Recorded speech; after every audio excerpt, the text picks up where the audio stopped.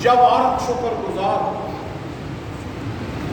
اور اگر عورت شکر گزار نہ ہو، نافرمان ہو، تو اللہ اس عورت کو مسترد فرما۔ صاحبو، اہل اللہ، اللہ والوں کو جب اپنے مرشد کے ذریعے کسی مقام پر جانے کا حکم ہوتا ہے تو وہ حضرات مرشد کے حکم پر اپنی جماعت کو تشکیل دیتے ہیں۔ ہمارے حضرت امام لاہوری رحمۃ اللہ علیہ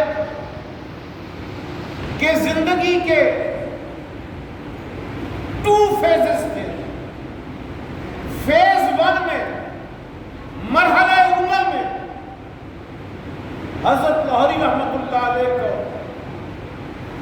آپ کے مرشد پاک حضرت امام الاولیاء خلیفہ غلام محمد دین پوری رحمۃ اللہ علیہ نے حضرت کی تشکیل ہندوستان کے دارالحکومت دہلی میں کی۔ دلی شہر میں جیسے شیرا والا دروازہ اندرونی شہر ہے، وہاں چتلی قبر جامع مسجد دلی کے اندر گلیوں میں ایک محلہ، اس محلے میں ایک بہت بڑی مسجد تھی۔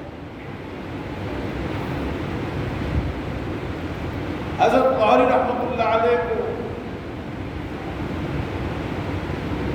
حضرت شیخ الہند مولانا محمود حسن دیوبندی رحمۃ اللہ علیہ کے حکم پر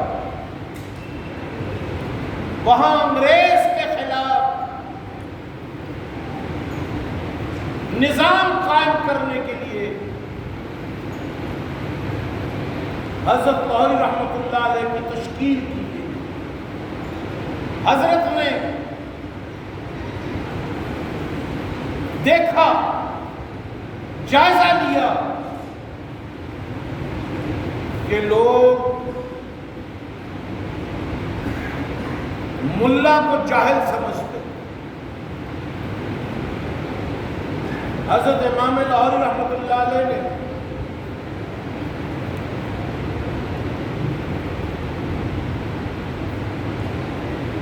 سر سید احمد خان جو علی گڑھ مسلم یونیورسٹی کے بانی تھے، ان کے قافلے سے لوگوں کو ٹٹولا، لیکن سر سید احمد خان بہتر انداز اختیار کرنے کی بجائے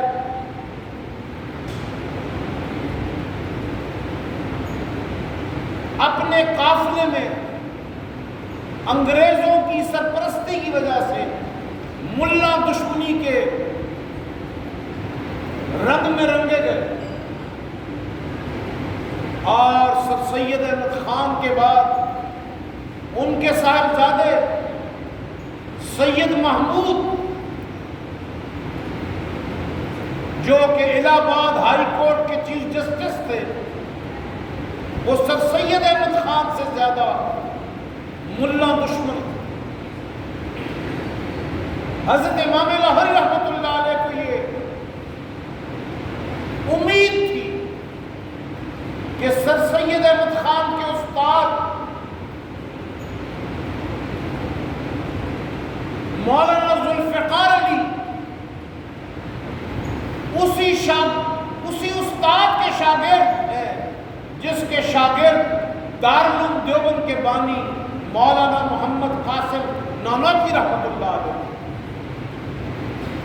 گویا کہ مولانا ذوالفقار علی کے 2 شاگرد تھے، ایک سر سید احمد خان، دوسرا مولانا محمد قاسم نانوتوی۔ ایک شاگرد نے علی گڑھ مسلم یونیورسٹی کی بنیاد رکھی اور دوسرے نے دارالعلوم دیوبند کی بنیاد رکھی۔ چنانچہ حضرت لاہوری رحمۃ اللہ علیہ نے کمال حکمت سے سر سید احمد خان کے خاندان کو دین کی طرف متوجہ کرنے کے لیے ان کے پوتے جن کو انگریز نے سر کا خطاب دیا تھا، سر راس مسعود جو سر سید احمد خان کے پوتے تھے اور جسٹس محمود کے صاحبزادے تھے، ان کو اپنی طرف متوجہ کیا۔ سر راس مسعود 42 سال کی عمر میں دلی میں حضرت مولانا احمد علی لاہوری رحمۃ اللہ علیہ کے پاس بیعت کی غرض سے حاضر ہوئے۔ حضرت نے فرمایا آج میری خوشی کی انتہا ہے کہ انگریز کے جانے کے بعد جو لوگ ہندوستان کا نظام چلائیں گے احمد علی کو اللہ نے ان کی تربیت کے لیے چن لیا۔ چنانچہ حضرت لاہوری رحمۃ اللہ علیہ نے دارالعلوم دیوبند سے 200 گریجویٹس 200 فضلاء دیوبند سے جو علماء نکلے تھے ان 200 علماء کو اپنے مدرسہ دلی میں جس کا نام تھا نظارت المعارف القرآنیہ، اس اپنے مدرسہ نظارت المعارف القرآنیہ میں 200 فضلاء دیوبند کو داخل کیا، اور علی گڑھ یونیورسٹی سے جن طلبہ نے BA کر لیا تھا ان 200 گریجویٹس کو اپنے مدرسے میں داخل کیا۔ سر راس مسعود جو سر سید احمد خان کے پوتے تھے اور علی گڑھ مسلم یونیورسٹی کے چانسلر تھے، انہوں نے کہا کہ ہمارے طلبہ وظیفے کے بغیر، اسکالرشپ کے بغیر کہیں آتے جاتے ہیں۔ حضرت امام لاہوری رحمۃ اللہ علیہ نے اسی طرح رمضان کی 29ویں تاریخ تھی، رات کو قرآن مجید ختم کرنے کے بعد جو حضرت لاہوری رحمۃ اللہ علیہ کی جماعت کے خواص تھے ان کو اپنی مسجد میں جمع کی اور مجلس ذکر کے بعد دعا کروا۔ حضرت دعا کروا رہے تھے تو ایک صاحب نے کہا کہ میں بھوپال سے آیا ہوں اور مجھے بھوپال کی والیہ شاہ جہان بیگم نے آپ کے پاس بھیجا۔ شاہ جہان بیگم کو حضور نبی کریم صلی اللہ علیہ وآلہ وسلم نے فرمایا ہے کہ میرے بندے احمد علی کو جو دلی شہر کے بیچ میں لوگوں کو اللہ کا دین بتا رہا ہے، قرآن پڑھا رہا ہے، اللہ کی ضربیں لگوا رہا ہے،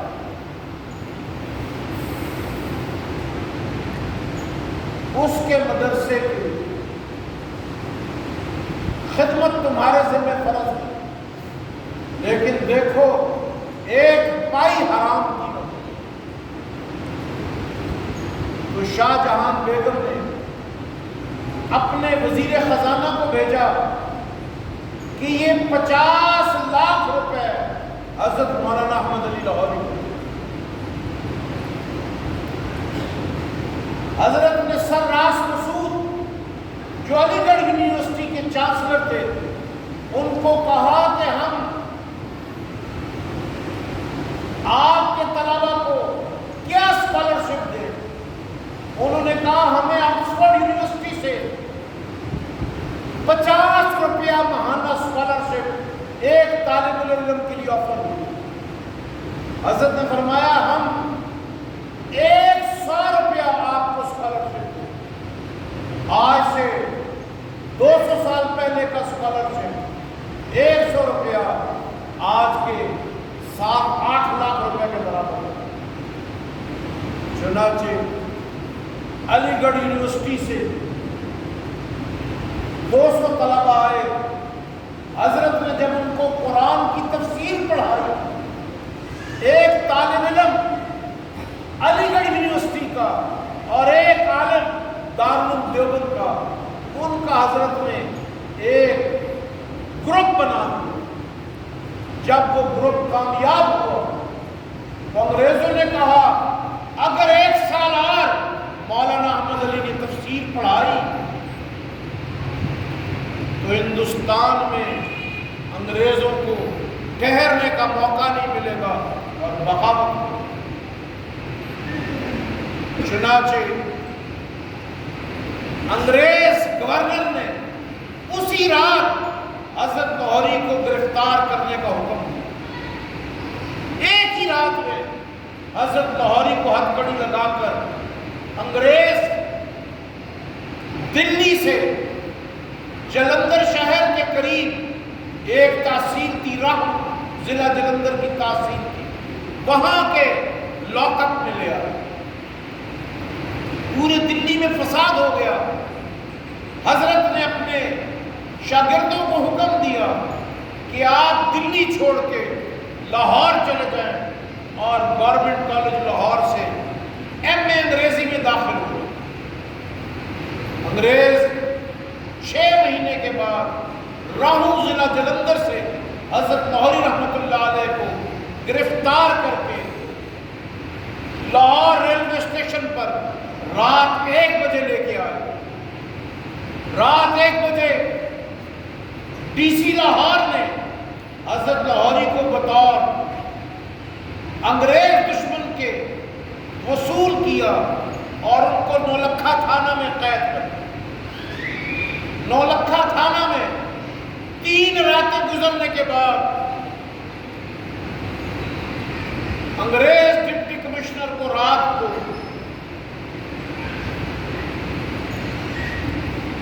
ایسی خواب آئی کہ اگر تم نے محمد الرسول اللہ کے اس غلام کو نہ چھوڑا تو تمہاری خاندان کی اینٹ سے اینٹ بچ جائے۔ اس نے آ کے حوالات میں حضرت سے کہا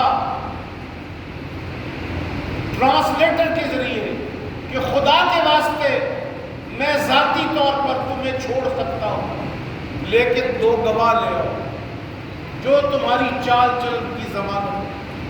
حضرت نے فرمایا لاہور میں میرا کوئی گواہ نہیں۔ حضرت لاہوری رحمۃ اللہ علیہ کی اہلیہ کے ماموزاد بھائی گورنمنٹ اسکول گجرانوالے کے ہیڈ ماسٹر، انہوں نے گجرانوالے سے آ کے لاہور میں ضمانت دی۔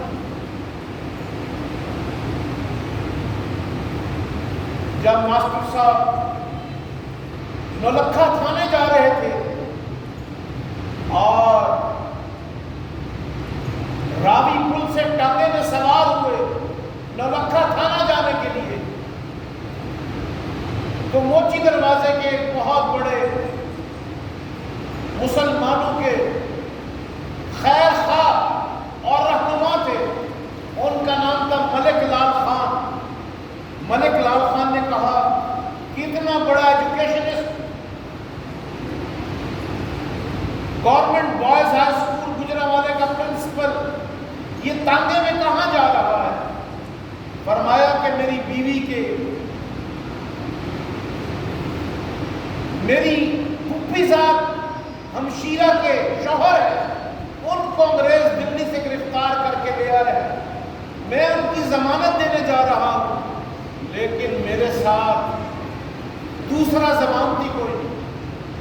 ملک لال خان نے کہا کہ میں ضامن ہوں، میں شیخ الہند مولانا محمود حسن دیوبندی کی تحریک کو جانتا ہوں، یہ لوگ انگریز کے خلاف بغاوت کر کے ہندوستان کو آزاد کرنا تھا۔ چنانچہ موچی دروازے کے ملک لال خان اور حضرت لاہوری رحمۃ اللہ علیہ کی اہلیہ کے ماموزاد بھائی نے گجرانوالے سے آ کے حضرت کی ضمانت دی اور حضرت رہا ہو کر نولکھا تھانے سے اس جگہ پر جہاں میں بیٹھا ہوں یہاں ڈسٹرکٹ پولیس لائن میں آ کے قید کر 45 سال حضرت نے یہاں قرآن سنایا، اور جب دنیا سے گئے تو لاکھوں لوگ حضرت کو ودا کرنے کے لیے موجود۔ یہ قرآن کا اعجاز تھا کہ حضرت لاہوری رحمۃ اللہ علیہ نے جن طلبہ کو دلی سے گورنمنٹ کالج لاہور میں داخل کیا، ان لوگوں نے پاکستان بننے کے بعد پاکستان کی انعام سنبھالی۔ لیکن برا ہو قائد اعظم محمد علی جناح کی سوچ کا، جناح صاحب کی سوچ بڑی فضول تھی۔ اس نے یہ کہا کہ جن لوگوں نے تحریک پاکستان میں حصہ دیا ہے وہ اگر بی اے کا امتحان نہ دیں تو میری حکومت ان کو بی اے کی ڈگری دے گی۔ چنانچہ پاکستان میں پہلے دن نحوست چھا گئی اور لوگوں کو بغیر پڑھے ہوئے ڈگریاں دی۔ ہندوؤں کے مکانات، ہندوؤں کی دکانیں ان لوگوں کو دے دی گئی جن کے ہندوستان میں کوئی جائیداد نہ تھی۔ تو جب پاکستان میں ڈگریاں ان کو مل گئی اور جائیدادیں ان کو مل گئی جن کے پاس کچھ نہ تھا، تو پاکستان میں کرپشن کی بنیاد قائد اعظم محمد علی جناح نے خود رکھی۔ اس بات سے مایوس ہو کے ہمارے حضرت لاہوری رحمۃ اللہ علیہ نے ایک دن گجرانوالے کی طرف سفر فرمایا۔ ابھی گجرانوالے سے 15 کلومیٹر دور تھے کہ ایمن آباد کے مقام پر نماز عصر ادا کی۔ وہاں مغل خاندان کے ایک شریف انسان نماز عصر پڑھ رہے تھے۔ حضرت نے جب دیکھا کہ وہ بڑے اچھے طریقے سے رکوع و سجود کر رہے ہیں تو حضرت نے فرمایا میں لاہور سے آیا ہوں، میں چاہتا ہوں کہ آپ ہجرت کر دیں۔ ان لوہار خاندان کے، اس مغل خاندان کے خلیفہ صاحب نے کہا کہ میں بھی اچھے کاروبار کے لیے ایمن آباد سے لاہور جانا چاہتا ہوں۔ حضرت نے فرمایا کہ میرا انگریز کی پابندی کی وجہ سے ڈسٹرکٹ پولیس لائن میں قیام ہے۔ انہوں نے کہا ڈسٹرکٹ پولیس لائن کہاں ہے؟ انہوں نے کہا شیراں والا دروازہ لاہور میں ہے، آپ بھی آ جائیں اور وہیں قیام کریں۔ چنانچہ ایمن آباد سے حضرت لاہوری رحمۃ اللہ علیہ کے حکم پر وہ مغل مصری صاحب اپنا وطن ایمن آباد چھوڑ کے شیراں والا دروازہ آ گئے۔ حضرت نے ان کو ایک کرائے کا مکان جس کا کرایہ 2 روپے تھا نواں محلہ میں لے لیا اور وہ حضرت کی سپاہی بن گئے۔ حضرت رحمت اللہ علیہ اپنی ذات کے لیے، اپنے مدرسے کے لیے، اپنی مسجد کے لیے کسی سے کوئی چیز قبول نہیں فرماتے، اللہ غیب سے ان کا نظام چلاتا ہے۔ بس صرف اس لوہار خاندان کو اجازت تھی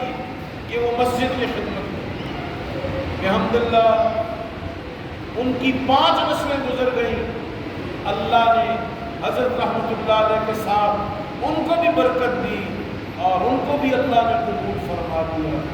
ہمارے یہاں آج 90 سال سے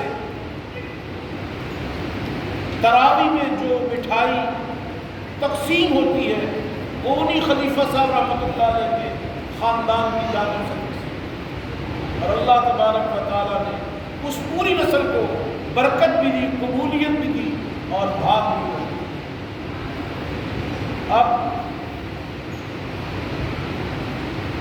مجلس ذکر سے پہلے سب ساتھی 11 مرتبہ سورۃ الاخلاص پڑھ کے ہمارے خلیفہ صاحب مرحوم اور ان کے تمام اہل خانہ کی دعا فرمائیں۔ 11 مرتبہ سورۃ الاخلاص پڑھ کے۔